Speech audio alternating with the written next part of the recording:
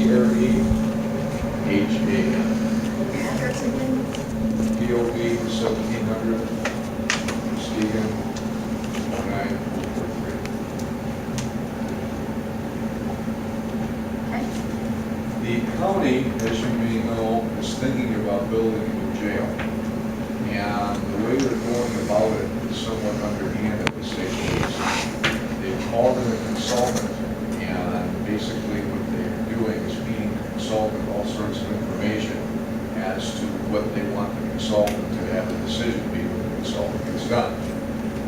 Right now, the jail has about 400 beds.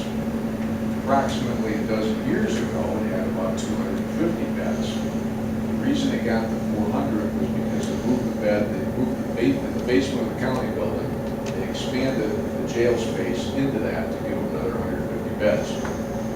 So they were complaining about jail overcrowding in the late 80s. There was a lawsuit over it, and they went ahead and attempted to build a new jail at that time. And this time, at that time, they put it on the ballot for older people, and the people resoundingly voted it down because they didn't think they needed one, they didn't want to spend the money. So after that, it was still 250 for a while, and then it increased up to 400. Now, as you all know, the county isn't exactly booming with new population. And it's been about this study about 160,000 people, and has been for decades now. Neither is our crime rate. That's not something that's going up exponentially, and there's really no need to build at least a 500-bed jail because that's what they're trying to do. They say it's 500 now. Of course, it's going to go up to 600 or 700 in the near future because that's what they're going to plan for. So right now they're saying they need 500 beds, and this jail situation is really studied very, very poorly. They don't need any more beds than they have right now. They just need to use them a little bit wiser. If you go on the sheriff's website and take a look at the 400 people that are in there, some of the people are in there for open receptacle, not paying child support, driving with license suspended, and failing to register as a sex offender. Now, none of those things, in my eyes, indicate that any of those people are in clear and present danger to any one of us. There's people in there for attempted murder, there's people in there awaiting trial, there's people in there for armed robbery awaiting trial. That's what we need to have in there. That's what should be in there. But a new jail just means they're going to find somebody that has a license suspended and put them in there just to go ahead and fill the bed. Every judge that I've talked to has indicated to me that regardless of the number of beds you have, we will fill them up. They can make it 1,000 beds, and the judges will fill them up. So the problem is not so much the physical aspects of the jail, although that needs a little bit of attention. The problem is we have a prosecution problem and we have a judicial problem. And we need to go ahead and realize who really needs to be prosecuted, who really needs to be put in jail. And that's why the jail is in the present condition that it's in. Because we don't have a judiciary that does that, and we don't have a prosecutorial staff that does that. And those are the things that need to be worked on. So there's the other thing that they plan on doing is not putting this tool into the older people. And that really, really is despicable because they're going to spend at least $30 million of your tax dollars to build this facility. They're not going to give any of us a chance to say anything about it. We have no say one way or the other. The idea is we're going to try to bond for it, and that way they don't have to go ahead and put it on the ballot. I just came from a meeting in the county building regarding the jail, and the sheriff said his preference is not to go ahead and put it on the ballot. So by not putting it on the ballot, we can't vote it up or down. But if they go ahead and get 500 beds, the Department of Corrections tells them for each inmate you have to have so many guards. Well, that means they have to hire more guards. And with more inmates, that's more of an expense. Well, how do we go ahead and go about that then? Well, we just go ahead and we raise your taxes in some other way. We put a millage on the ballot because now we say we get it for general purposes. Well, obviously, you all know what your home budget is. And let's say, for example, you're making $50,000 a year, and all of a sudden somebody decides, well, wait a minute, I want to do boat, I want to do motorhome, and I want to do snowmobile. So we're going to go ahead and finance it, and all of a sudden we've got monthly bills on these toys, and come to find out when it's time to pay our property taxes, our grocery bill, our utility bill, we don't have any money for that because we spend it on things that we shouldn't spend it on. So essentially, we need your help in stopping this new jail, because we can't afford it. It's not something that we need, and it's something that's gonna burden the Muskegon County taxpayer for years to come, and it's gonna make the county spend money on things that aren't necessary, instead of things like township services, which are necessary. You all know how much money you get from the county, and how much the county can be helpful to you. If they don't have the resources to go ahead and spend on that, you're not gonna get the help that you need out here. So thank you for the opportunity. Thank you for the information. Is there anyone else that would like to, yes? Would you please give us your name? Good evening. My name is Roger Nye. That's N-Y-E. I live at 1495 Westwood Circle in Norton Shores. I come here tonight just to give you a heads up on something I learned recently at a county meeting. Well, first of all, we had gone to a county meeting for other purposes related to the jail and other things. We heard them talking among themselves about a meeting on oil and gas fracking, leasing for fracking purposes. Apparently they're interested in, at least some members of the county board are interested in selling oil and gas leases in the northeastern part of the county around the wastewater treatment facility for hydraulic fracturing of the underlying sedimentary rock for oil and gas. Now, fracking is a practice that's gone on a long time in Michigan. It has not been without problems. The way they're doing it now is a lot more dangerous. Instead of just drilling vertically, they're drilling vertically and then going horizontally through the strata of the sedimentary rock. And they're using all kinds of nasty chemicals, which they were exempted by federal law from telling us about what chemicals they're using. We're not supposed to know. A single fracking well that goes wrong, if its well casing fails or something like that, can contaminate up to 60 billion gallons of water.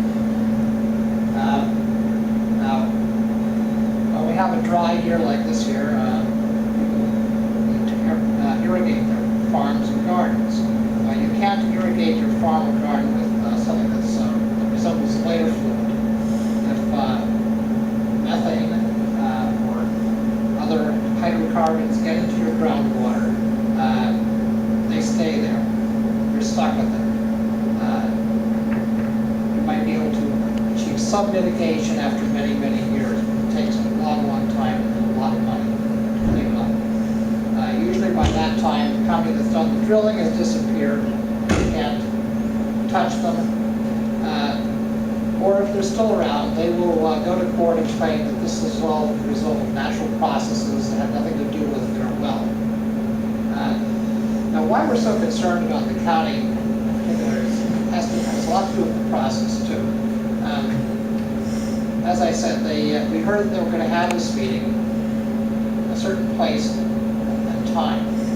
They changed the venue and the time 5 times in the next 2 weeks. Finally, we learned 18 hours before the meeting was going to take place. Yes, there will be a special meeting of Muskegon County Board Public Works Committee. And we got about 15, 20 people there. When we arrived, another meeting was taking place of another committee, the Ways and Means Committee. There was an opportunity given to public comment on a new topic, and so we wanted to talk about fracking. And they wouldn't let us. One person stood up and talked about it, and they shut the rest of us down after that. They said, you can talk about anything you want, but not about fracking. So some of us got a little bit upset, and maybe a little bit noisy about this flagrant violation of the Michigan Open Meetings Act. And they called the sheriff up to shut us up. So the meeting did take place. I don't imagine any of you were invited, were you? Anyway, this is in your backyard where they want to do this. And presentation was given by a young man from the EQE state, and he mentioned some of the things that I just mentioned. The possible pollution of billions of gallons of water from a single well whose casing fails. And we were not allowed to speak after him. We were allowed to ask him questions. But this betrays a certain attitude on the part of the county, I think. They want to do, if they're so sneaky about doing this sort of thing, they must have something to hide. And I simply urge you to keep a good eye on them and try to find out what's happening. Thank you. Thank you for your information. Would you tell me again where they were looking to do the races? The wastewater. Sorry, I'm David Nye, I'm Carter's son. Just wanted to add a couple of things to that. First of all, I can recommend a couple of resources if you want to learn more about fracking. One is a document put out by an organization called Food and Water Watch at foodandwaterwatch.org, and it's essentially the case for banning gas fracking. I recommend that you go to that website and take a look at that document. Normally I have a few copies, but run out trying to get them around. Second is a film directed by a fellow named Josh Fox called Gasland. And this is essentially what set off the public firestorm around fracking a few years back. The oil and gas companies have, of course, put millions of dollars into trying to smear it. Nothing that they thrown against the wall is stuck, really. I mean, Josh Fox has tried to address Congress and managed to get himself arrested doing it. He was nominated for a number of awards. I think it won Best Film at Sundance, Best Documentary. Absolutely worth watching. It's called Gasland. Once again, the director is Josh Fox. You can go to gaslandthemovie.com to find out more about it. And if you want to hear from the people who are affected about the ways that this can go wrong and what it means for them, they're farmers out in the Rocky Mountain states with livestock dropping dead.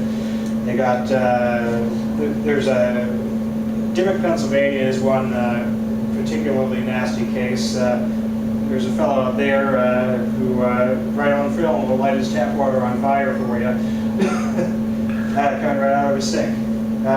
So it's contamination of the well water with hydrocarbons, and it's the gas and oil companies will certainly tell you that it's safe, it's done according to regulations. Well, it's regulated now almost entirely by overworked state agencies because this was engineered, this new practice of horizontal fracking by the Halliburton Company. Who else? They were at the leading edge of it. And wouldn't you know, at the beginning of the first Bush administration, first term of H.W. Bush, W. Bush rather, I'm sorry. I believe it was in 2001 that the EPA specifically exempted this practice from regulation under the Clean Drinking Water Act. So for the last decade, the EPA has essentially been saying our hands are tied. So I wonder how that got engineered, right? Now let's see. I did have a couple of other topics, but the reasons for this, it's not... Is everybody on the planning commission, Holton Township? Yeah. Okay.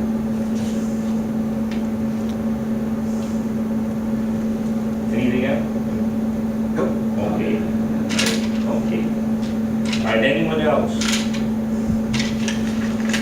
All right, if not, we will move ahead. Thank you very much for your comments. All right, the treasurer's report. I'll make a motion to accept the treasurer's report. Is there a second to that motion? I'll second that. Motion was made seconded to accept the treasurer's report as presented. Any additional discussion? All in favor signify by saying aye. Aye. Opposed, the same. Motion carries. Departmental reports, fire chief. Art? Okay, we had the man hours for the month of July. We had 452 paid man hours. We had 69 volunteer man hours for a total of 521 man hours. And that's basically because we had several large fires. We had one that was 11 hours, one that was 6 hours, stuff on those stumps we had down there on Proctor Road. So that's a lot of where we had a lot of our man hours. And due to the weather, we had quite a few medical runs that month also because of the heat. And so in fact, we set a record that last month of 34 runs for the month. That's the most we've ever had. And most of those of which I said were medicals and stuff because of the weather. Any questions on the man hour report that you received? Okay, the expenses for the month of July, the 206 account was $7,301.69. That's it put us at 8% of budget, which is I didn't figure out what we're under budget, but it's under budget by probably about 5%. The 216 account, we had no expenditures for the month of July. Is there any questions on the expenses or the budget report? If not, that's all I have at this point, unless the board has anything. Anyone have any questions, Art? Thank you, Art. Planning Commission, Mr. Webb. Thank you. At our last meeting, West Michigan Shoreline Regional Development Commission, who was working with us on an update for our new master plan, presented me with one incomplete draft copy for initial review and comment back to them. I didn't find anything striking that needed changes in that, so the complete master plan was received by myself last week, and I made copies and distributed it to the Planning Commission. We're going to be meeting on that next week on the 21st, 7 p.m. here at the Town Hall to make any corrections that the members have caught in the draft. After that, we'll be presenting it to the Township Board for their review, as well as this would be after any corrections, as well as to the surrounding communities for the comment period. Any questions on that master plan? No questions. Okay, as you're aware, that the Township Board approved $1,000 for the Planning Commission to install Wi-Fi as well as a laptop for the Planning Commission here at the Town Hall. I don't believe that we have a policy in place for the Township regarding wireless internet or or Wi-Fi, should I say, or internet usage. I have taken it upon myself to procure some policies from Novi and a few other municipalities from MPA, which I have just recently shared with Mr. Noble. But I want to make you aware that we need to adopt a policy. I think it would be prudent to have a guideline for the members of the Planning Commission as well as the Township Board on use of email as well as the internet and what's appropriate and what is not.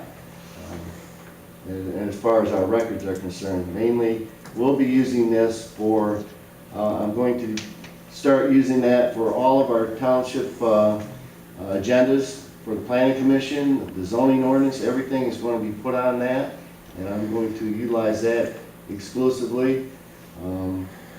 as well as make it available for training to the planning commission members, so they can do individual training with the MTA. But to let you know, to see if we can proceed with this, I've made arrangements with Holton Video to do a Wi-Fi test here at the township to make sure that it's compatible with our existing system, that there will be no problems involved with the usage of Wi-Fi here. It will be password protected. It will be up to the township board to adopt the policy as to who they want to have the password for usage here at the township hall. And this test will take place tomorrow between 10 and 10:30 here at the township hall. So just to make you aware, that's what we're doing. So I want to make sure everything's going to work all right before we get the laptop and the wireless system. So. Any questions on that? Questions? Thank you. That's all I have. Okay, any questions, other questions from Mr. West? Okay, thank you, Tom. New business, road fund. We've had an ongoing discussion for some time as to how to set up the funds for the use of development of roads, and Bill's been doing some investigating concerning that. You should have received a memo from Bill as to what was recommended by our auditors. Bill, would you care to make any comments concerning that? Basically the same as what we've done. We can't, the question that was raised is whether we could set up a road fund that's restricted, which is fine, but whether we can control it so future boards couldn't divert it for one reason or another. And there's no way we found that that can happen, even if you do it by resolution or whatever you do. It just takes another resolution to undo it by a future board. We can't control, the bottom line is we can't control the actions of future boards as they see fit. You know, we can do what we want to as a board while the road fund's in place. But that's kind of the bottom line. We set it aside, we do then the resolutions, everything else, motions to designate what we're going to use that road fund for. We can do that as long as we're here. After that, it's up to somebody else, you know, what they want to continue it, or they don't. You spoke of the way that is done primarily by some other outside condition that restricts it, I think. Right. The only way you can have it restricted is like fire department, village, or a trust fund like set up by state law, perpetual care, or trailer fees, which is set up by another law. Those have to be put in trust. They call it trust fund account. But So there's no way to do it other than. if there's a millage that's voted for specific purposes, that's a restricted fund, a restricted revenue fund. That's, you know, doesn't matter what board is here, they have to, however it's set up, that's the way it's gonna be used. But we can't, it's all general fund monies. We can, as a board, say, yeah, I wanna do this. It's all part of the budgeting process. It's as good as our word, I mean. Well, not to get off topic, but that road mill we tried to put a while back, how many mills was that? 1.5, wasn't it? How much revenue was that generated per year? Around 100,000, I think. It was It's about 100,000, yeah. 2 or 3 mills, I think, 100,000 on taxable value, 59 million. What's, well, I mean, we're talking about setting aside 10,000 a year, what are we gonna afford? What, just for future thought, what would, what would be prudent to, try to close the mills that was maybe quite a bit smaller, and maybe do Allen, maybe the one where, with less money, but it would be something we Allen. We can't restrict this money, what's the point? You know, we tried it twice. At 1.5 mills. You know, we tried it one mill, and I think this last one might have been 3, it might enough to generate about 100,000 a year, which is, What's the least you can propose, like a half a mil? yeah, you can propose a quarter of a mil or anything, eighth of a mil. I mean, you can do any of that. Well, eighth of a mil sounds like it'd be about 10 grand. Right. Which is what the money we're talking about. It's a, I don't know what that is, say a quarter of a mil is 25 cents on a dollar, around $1,000. So you divide, I think it's the taxables around 59 million. So I know I'm on. divide whatever 1,000 is of 59 million, and that's 59,000 times a quarter. I guess my thought is, you can't That's what you control get. it. You shouldn't be having this all the time. It hasn't been successful, I mean, I'm sure we're wrong. Any suggestions? I think it's a good point. I mean, he's proposing I a agree. smaller millage that then the money has to be kept for roads. People might build a pallet. Right. And, you know, and one of the other considerations, I think, if I can speak, other considerations on that, it wasn't just the village itself. Everything I heard, it was, well, you're not gonna put the road in my neighborhood, it's gonna be in this neighborhood. No, you're gonna do it downtown, I heard that. No, you're gonna do it out on Brunswick, because farm roads are gonna wreck them anyway, and it's not gonna be in my neighborhood. And that's the other issue you really gotta deal with. We got 36 miles, sections with roads running in which direction. I guess it all is the way. That's the problem we can't overcome, other than right now, economy plus anti-government, I mean, there's all sorts of issues. I mean, people just, hasn't been, I mean, they really need to, because that's the only way, according to the road commission, any roads are gonna be repaired in this township. You're gonna have to pay for it if you want to road. It would be a public relations challenge. Yeah, and I haven't figured out exactly how to overcome that hurdle.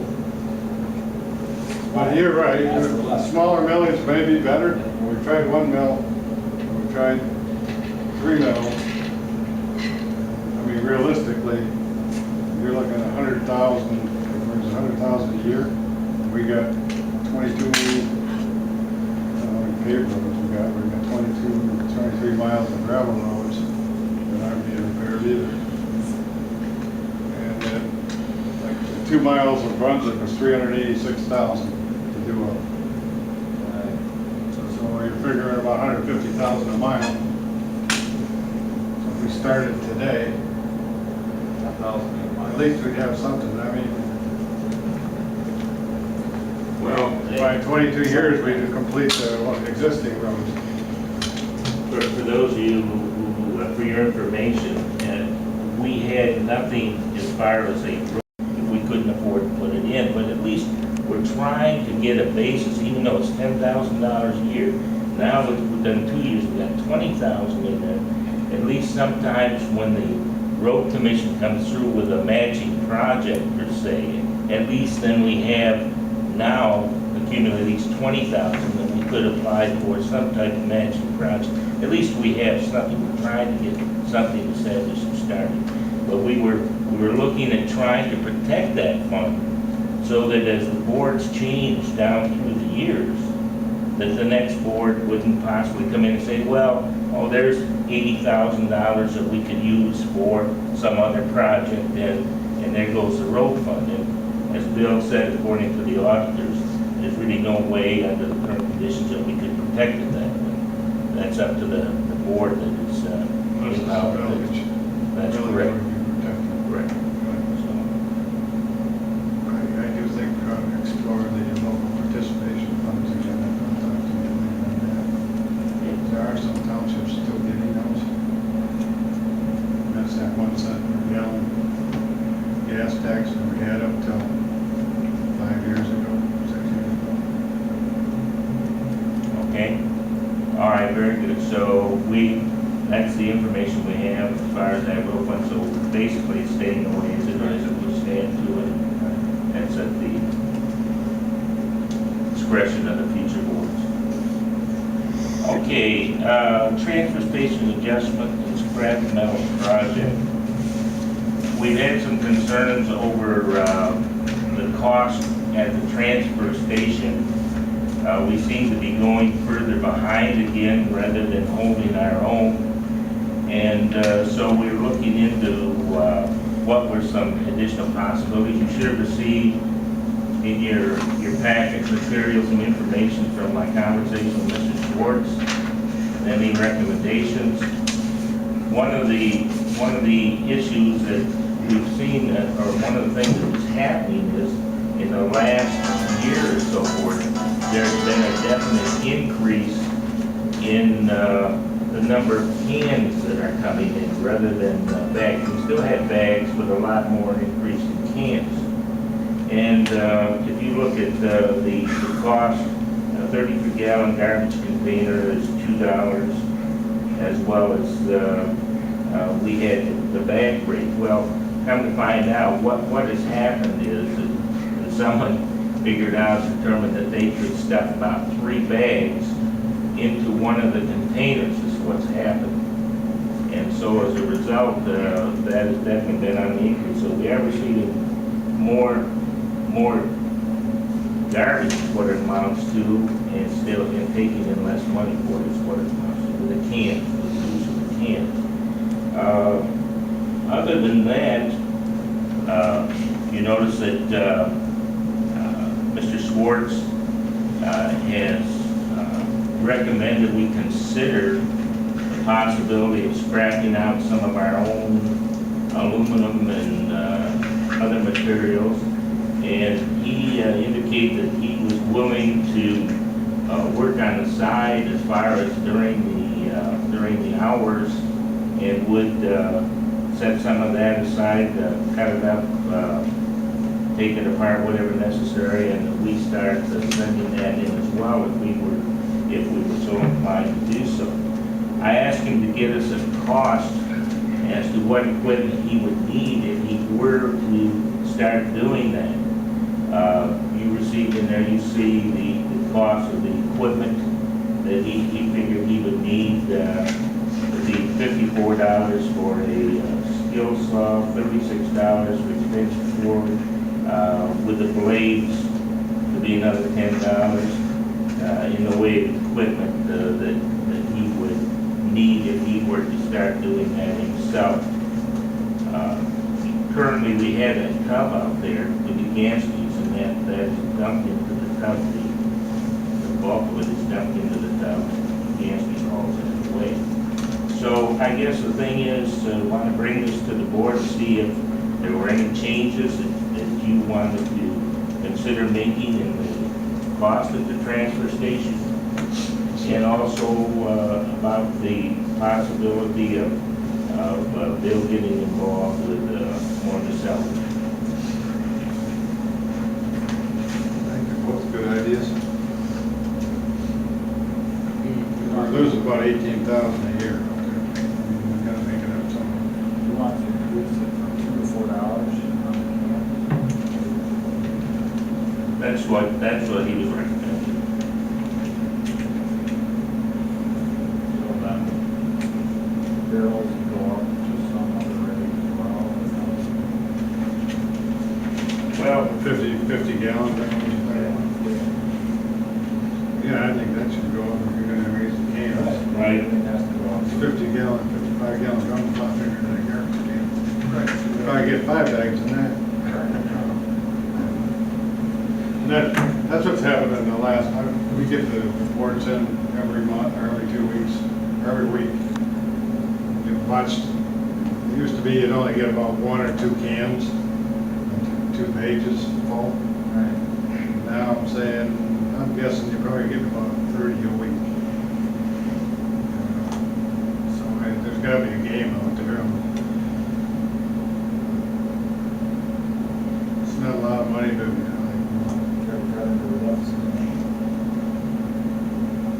So what about the? our hauling costs have gone up.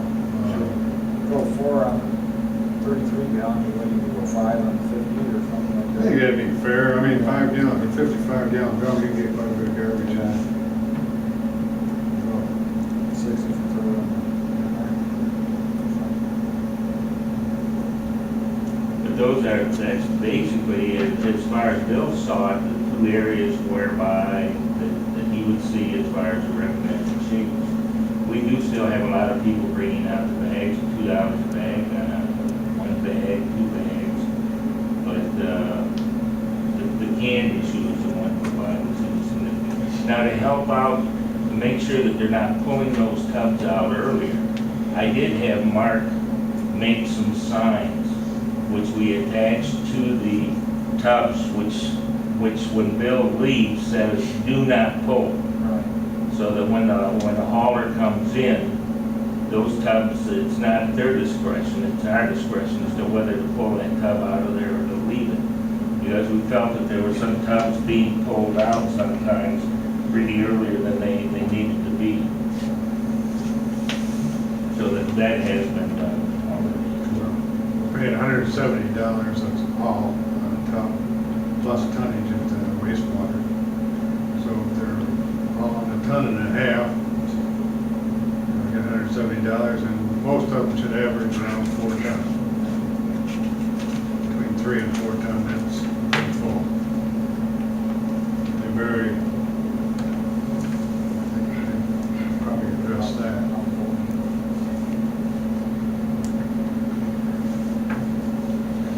Okay, any other suggestions or? I didn't hear your comment to Al's suggestion about the barrel and the tank being 6. I think it was suggested 50-gallon barrel up to 5. And then if you throw the barrel into the thing, research or something. Okay, So we're not gonna charge for return if we throw it away. yeah, We already have something on that, right? we had $4. Reset to 6. If you throw the barrel in, the barrel becomes something, if it's rusted out or something. Correct. I don't know if that's happened, but I don't care either way. Well, it's just, I think that's just occasional. yeah, if it was broken up there, I just figured you could do it consistent with once a year. Fine with me. So we want to make that 6 then? Think that's 6. That's agreeable? And $3 or $4 a can, right? Correct.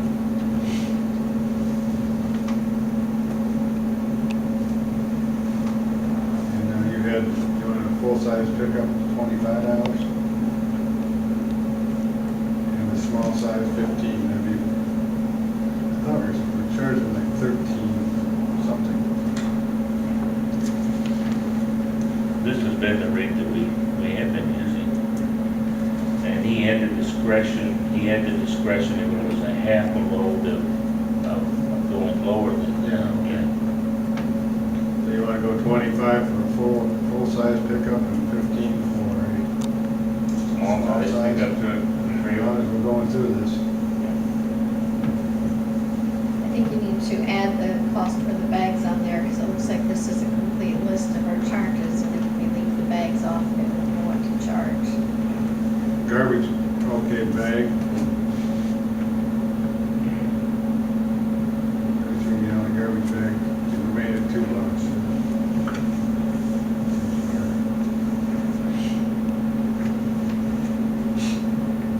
Okay.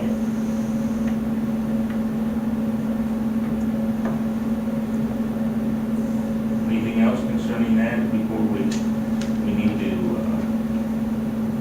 have that in a form of a motion?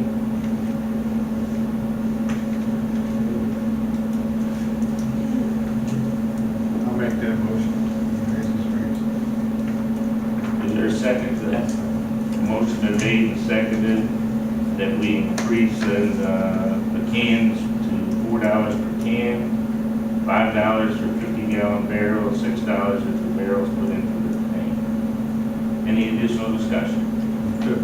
Wasn't there increases on the truck and $25 for the full-size pickup, $15 for the small size. That's the same. I thought you said they were increased. We're on the left, I got. I'm sorry, that's the one I pulled off the wall, the one you gave me, Yeah. at 20 and 10. Oh, no, this was the updated one. It's 25, it was 25 and 50, as of September 12th, 2006.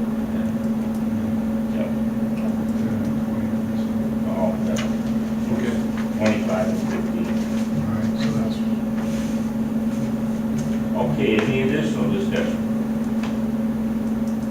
All in favor signify by saying aye. Aye. Opposed, the same? Motion carried. The second issue, what about the salvaging? Bill's willing to do it, let's do it. Sounds like a good deal to me. Okay. We know what he needs for tools Well, this is what you think you even need for tools. and All right, we need a motion. make a motion that we allow Bill Schwartz to salvage aluminum and copper for Township to sell. I'll second. Okay, is there a second for that? I'll second. Motion's been made and seconded. Any additional discussion?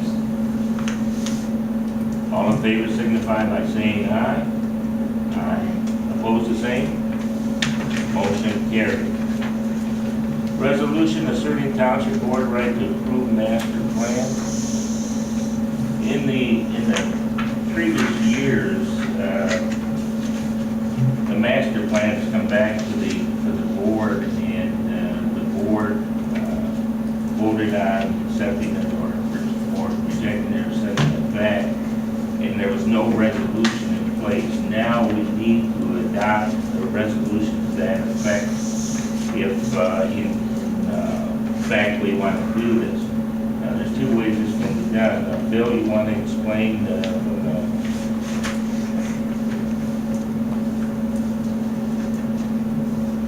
I need Tom's help on this, but we have the option there either. We're going to review the master plan either way, and we can send it back to the planning commission for changes, additions, deletions, whatever. But we don't do the final approval. The other way, is the planning commission will go through the public hearing process. Correct me if I'm wrong, Tom. You know, they do their approval, they recommend it to the township board, and the township board would do the final approval. Anyway, whether we have final approval or not. The only question I had was whether we'd have to have two public hearings.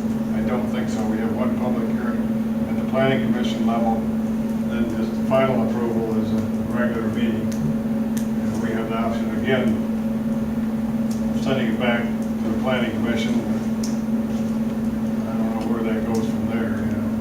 This was something that came about in the 2008 Michigan Planning and Enabling Act. It gave township boards the authority to approve the master plan. Previous to that, they never had the authority to do that. The planning commission held full authority to incorporate the master plan, with the thought always in mind that the changes and whatnot are always received from anyone. And if it's valid, it will be put into the master plan. That's why we held initial public hearings for input from the public. And we're going to review it, make any corrections. The board has the option of doing this or not doing this. If they feel comfortable with the planning commission's job that they're doing and they have done, then the board can simply leave it the way it is and not adopt a resolution to have the final say on it. So it would be, I guess, status quo as to what we've done over the years. The procedure's still going to be, we have the draft now. We'll make any corrections to it, changes, and vote on it at the planning commission level. Make those changes. After the changes are made, we'll submit it to the township board, as well as the surrounding municipalities for the 90-day viewing period. And after that, we'll have a public hearing to approve it. And that would be it. It would be adopted.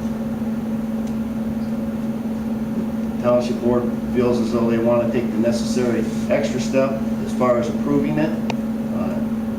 That's entirely up to the township board. This is something that planner Stephen Carlson came up with and said this is something new, so you have that option. Before, if we don't take final approval, comments, and suggestions, refer back to the planning commission up front before they gets to the final approval of the planning commission. Whereas this system, you can do that too, but you can still do it after the planning commission has done the final draft and approved it and sent it down to the board for approval or disapproval. Then we can still reject it and send it back. Further changes, I guess, my thoughts are, if we had in the final draft, if we got any comments, that's the time to get it back to the planning commission for approval. I really don't care either way. Yeah, it's not, It's just another step. yeah, in my mind, it just seems like it would be the logical step to have final approval as a board. And that's fine. I don't know. Yeah, It just seems like that's the way it ought to That's work. fine, you know, I'm not. Well, the only time it comes into play, I've seen it in other townships, is when there's a controversial issue. Something's in the master plan or whatever that someone doesn't like, you know. Then you have another shot at rejecting it at the board. Right. I think that's the crux of the matter. I mean, that, And the supporting argument from the board would have to be enough to sway enough members of the planning commission to vote in favor of that change.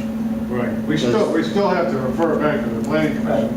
And I guess if the planning commission, I mean, I've thought about this before on other issues, it's not just the master plan, but, you know, we End up in a stalemate. yeah, I mean, we can reject it again, send it back, and, I mean, sooner or later, I suppose, as I don't- part of government, you have some compromise, but Yeah, I don't envision that. I just envision that we're an elected body and that somehow that it should go that. I agree, and I don't think it'll be any process. So, I guess that's the way. I'll And make I know a, a lot of times, public hearings, you don't get a lot of people coming anyway, so. not this one. I mean, I've had upwards of 300, depending on the issue, upwards of 300 people, and some have 3/4 of Holton, but there's not a lot of interest in the master plan in Holton Township right now. We almost have to have paid participants right now. I sat down and read the whole thing today, and it's a pretty comprehensive plan. It basically, there are some changes from the 2005 master plan, some updates, land use issues. As far as extremely controversy, you know, I don't see anything. But I that's- don't think so either. It's All right. a logical flow. I'll make a motion that we resolve the resolution that the township board will assert the right to approve the master plan. Is there a second to that motion? I'll second. The motion's been made and seconded. Any additional discussion? We need a roll call vote for this, please. Treasurer Hallbauer, Yes. Supervisor Noble. Yes. Clerk Johnson's absent. Trustee Kittle, yes. Trustee Wilson.